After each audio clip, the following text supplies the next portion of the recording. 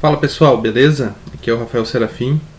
Vamos dar sequência aqui na playlist de criação de dashboards pelo Python. Vamos dar uma recapitulada, né, do que a gente fez aqui e vamos seguir adiante. Nas primeiras duas aulas a gente fez uma primeira figure ali, né, um primeiro dashboard usando o Plotly, usando a classe GraphObjects. Depois eu importei a biblioteca Dash para a gente poder dar uma profissionalizada nisso e poder inserir essa figure dentro de um contexto de criação de página, né? Que antes ele simplesmente pegava, com o Plotly a gente consegue exibir numa aba do navegador o dashboard, mas ele não estava inserido num contexto dentro de uma página. Então o Dash, como ele é um ecossistema que utiliza o Flask e outras coisas, né? Ele facilita o uso do Flask, na verdade. Torna mais profissional e mais fácil da gente entender. O terceiro passo agora é a gente utilizar o Pandas. Então a gente pegar informações e fazer gráficos, né? Criar os dashboards com base em informações externas que a gente tenha. Então eu criei uma planilha XLSX, né? E eu vou ler ela com o Pandas. Então, como vocês podem ver aqui, né, eu já importei a biblioteca Pandas, dei um apelido de PD para ficar mais fácil da gente criar interagir com a biblioteca. Então criei uma variável aqui df igual pd.read Excel. Então ele vai ler planilhas Excel. Essa planilha aqui eu coloquei na raiz, né, na pasta principal do projeto. Então se vocês tiverem uma planilha ou um arquivo que vocês forem importar o Pandas com as informações, que essa informação venha de uma outra pasta, vocês têm que indicar o caminho aqui. Então essa planilha aqui, eu vou abrir para mostrar para vocês. Eu criei uma planilhazinha básica aqui, com 4 colunas: produtos, estabelecimento, preço e quantidade. E a gente vai criar um gráfico baseado nessas informações. Beleza? Então aqui, ó, recapitulando a biblioteca Dash aqui, o Plotly.GraphObjects e o Pandas. Fiz aqui o carregamento do arquivo Excel. Eu rodei um print aqui para depois aparecer aqui a planilha em modo texto aqui para a gente verificar se a planilha foi lida com sucesso. E aqui a criação do Dash, né? O app igual a Dash. Inseri aqui esse name aqui para ela se encontrar. Então aqui está a figure que a gente criou na primeira aula. E aqui o layout. Então esse layout aqui eu criei um ID, né? Então aqui no ID você pode botar qualquer coisa, que esse ID vai servir depois para a gente localizar e poder trabalhar com essa figure. Então eu posso colocar aqui qualquer coisa, que eu botar figura, está valendo, beleza? E um style aqui. Então isso aqui é o style é o CSS, né, que a gente vai dar para onde esse objeto vai aparecer na tela. E aqui também no layout eu posso botar também um style. Então eu posso fazer um style para a página aqui. Beleza? Então da mesma forma que eu boto ali embaixo, eu posso botar aqui em cima. Eu não vou estilizar agora o nosso layout, mas avançando nisso a gente vai fazer. E aqui no final o app run server.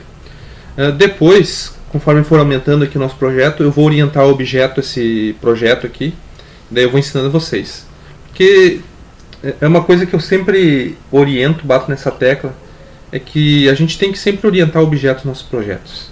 Porque, a não ser que seja um projeto que seja pequeno, você sabe que ele vai continuar pequeno e não vai aumentar. Então é aquilo bem específico, eu vou usar 100 e poucas linhas, não vai aumentar mais do que isso. Porque se aumentou um pouquinho, orienta o objeto que vai conseguir reaproveitar componente, vai facilitar muito a vida, o código vai ficar mais organizado, etc. Então isso aí a gente vai fazer. A gente vai criar uma classe posteriormente, essa classe a gente vai criar funções, e daí a gente vai utilizar todo esse projeto baseado, né, na orientação a objetos. mas por enquanto não precisa ainda. Vamos chegar lá. Beleza? Então vamos lá. Então a gente criou o layout aqui. Se eu chamar agora, como tem essa figura, eu não estou chamando ainda a minha variável, ele vai ler a variável ali embaixo, vai abrir a nossa aba no navegador, mas não vai exibir ainda o gráfico que a gente quer, que a gente vai criar lá. Só vou botar para rodar aqui para exemplificar. Então o que aconteceu? Ele listou, né, a nossa planilha. Se eu botar para rodar aqui o navegador, ele está mostrando o gráfico que eu coloquei lá com as informações. Então o que a gente vai fazer agora? Eu vou, para facilitar a nossa vida, eu vou utilizar a classe Express, né? Então essa Graph Objects a gente vai voltar para ela mais tarde, mas agora eu vou importar uma biblioteca que temos no Plotly, que se chama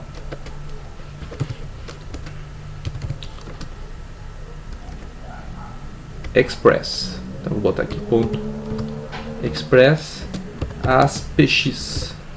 Então isso significa que essa biblioteca é a Plot Express, mas para facilitar a nossa codificação, a gente dá um apelido e chama ela de PX. Então o que a gente vai fazer agora? A gente vai descer ali no gráfico. Eu vou apagar isso aqui e vou reiniciar aqui. Vou botar Fig. Fig eu utilizo porque nos exemplos do Plotly lá no site utiliza Fig. Se for ver nas outras playlists do YouTube aí que fala sobre o Plotly, também utiliza Fig. Mas na verdade vocês podem utilizar a variável que vocês quiserem aqui, porque isso aí é indiferente. Vocês não podem esquecer depois na hora do layout, vocês mudar também. Porque num projeto a gente vai criar vários gráficos, então a gente tem que dar um nome que faça sentido para aquele gráfico, para vocês, né, para o código ser legível. Então Fig é só a nível de exemplo, né, que está habituado a utilizar esse exemplo Fig. Então variáveis são nomes, usem nomes que façam sentido, né, dentro da terminologia que é respeitada dentro do Python, que eu não posso usar alguns nomes reservados, né. Vamos lá então. Então Fig igual PX, né, que é o nosso Express, e vamos utilizar aqui, né, a função bar, que ele vai fazer a mesma coisa lá do Graph Objects, mas vocês vão ver que é de uma forma mais simples e mais organizada. Então o Graph Objects ele é mais indicado se a gente quer criar uns gráficos muito complexos. Então isso aí eu vou mostrar mais adiante, porque senão é capaz de vocês se perderem agora, e o Express vai ser mais útil agora nesse começo aí. Então o que a gente vai fazer? A primeira coisa que eu tenho que fazer quando eu chamo o px bar ali é indicar o data frame, de onde é que vai vir essas informações. Essas informações vão vir do nosso arquivo. O nosso arquivo se chama df, né, que é a nossa variável que a gente criou. Então a gente vai colocar ali px.bar e o nosso data frame. O que a gente precisa fazer agora? Agora a gente precisa inserir as coordenadas. Tem a coordenada x, né, que é a coordenada que é a coordenada lateral, né, horizontal, e tem a variável, tem a coordenada y, que é a vertical. Então x igual, e daí a gente vai dar o que? O nome da coluna que a gente quer que as informações sejam informadas no nosso x, né? Então, eu quero que na coluna x, que no x, né, que na horizontal seja exibido os produtos. Então eu vou colocar aqui, entre aspas, o nome da coluna que eu tenho lá na planilha. E no y eu vou fazer a mesma coisa. Aí eu quero que no y, lá na vertical, apareça os estabelecimentos ou a quantidade. Vai depender da forma que eu quero que seja exibida a minha planilha. Então eu vou botar estabelecimento. Y igual estabelecimento. E aqui eu vou dizer assim, eu quero que a cor seja definida. Daí eu vou informar assim, qual é a informação que eu quero que defina a cor no meu gráfico. eu quero que a quantidade defina as cores. Então ele vai mudar o meu gráfico de acordo com a quantidade do que vai aparecer. Aí eu quero dar um título para o meu gráfico. Então vamos organizar melhor aqui, né? Vamos respeitar aqui a indentação. Então vou fazer aqui para ficar mais legível. Assim, ó. O Python é uma mãe, né? Ele aceita que a gente não faça, a gente pode fazer uma linha reta ali, né? Mas o ideal é sempre a gente deixar uma organização no código. E vou botar um título aqui. Eu quero que... Vou colocar aqui. O meu gráfico se chame gráfico, né? Vamos exemplificar. E vamos rodar aqui. Então eu vou fechar aqui o servidor e vou reiniciar ele.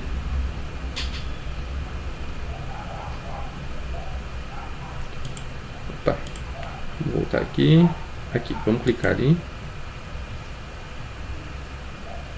Ó, então ele me deu a lista dos produtos na coordenada X, né? Na coordenada Y, os estabelecimentos. E ele me deu uma cor de acordo com a quantidade. Vocês viram que se eu passar o mouse aqui, ele vai me dizer a quantidade que eu tenho de margarina, a quantidade que eu tenho de leite, cebola, beterraba, etc.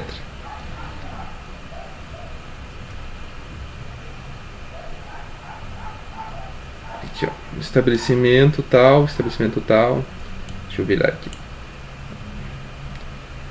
Estabelecimento supermercado e mercadinho, ó. Ele está me dizendo aqui que o mercadinho ele tem 23 e o supermercado 22 e assim vai. Então existem várias formas da gente deixar esse gráfico a ser exibido. Eu estou mostrando a barra primeiro, que é uma forma mais simples e mais tradicional. Então a gente vai ver outras formas. Mas agora o importante agora é vocês entenderem como criar, como exibir, né? Vocês entenderem esse conceito para depois a gente ir tornando as coisas um pouquinho mais complexas. Então, vamos voltar aqui para mostrar para vocês. Então, vocês têm que entender que a biblioteca Dash, ela cria um ecossistema, né? Ele cria uma página, um servidor ali para poder exibir coisas nessa página. Poderia ser o dashboard do Plotly, pode ser um site, pode ser qualquer coisa, pode ser um sistema. Então é todo um ecossistema de uma página. Isso é o Dash que faz.